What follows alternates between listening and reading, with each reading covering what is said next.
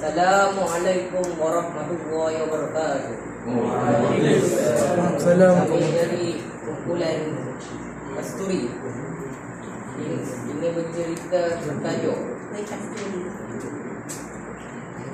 Kehilangan dompet. Pada suatu hari, selepas Alif menghabiskan makan di kantin, Alif pun pergi ke kelas. Dia pun bertanya kepada Alif, ada bil dekat aku tak?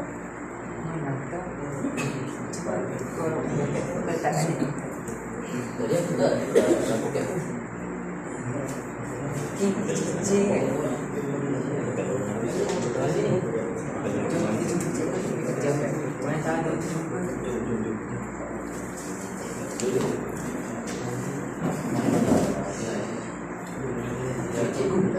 Nampak dompet aku tak? Sini saya.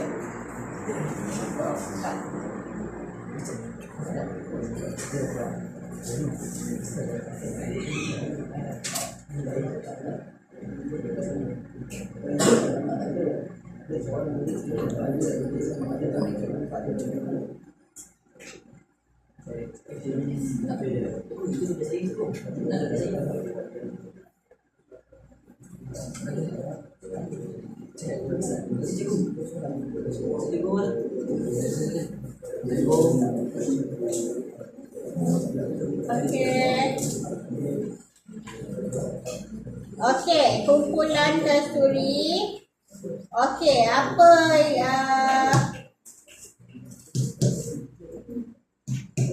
kata peribahasa ke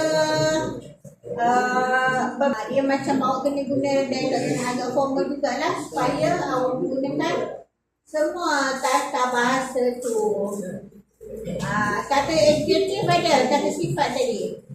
Awak sebut tak dompet tu warna apa? Sepatutnya awak boleh sebut warna tu adalah kata sifat bagi dompet tu. Okey?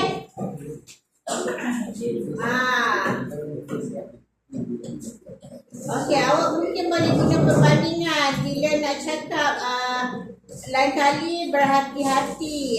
Berhati-hati ibarat apa?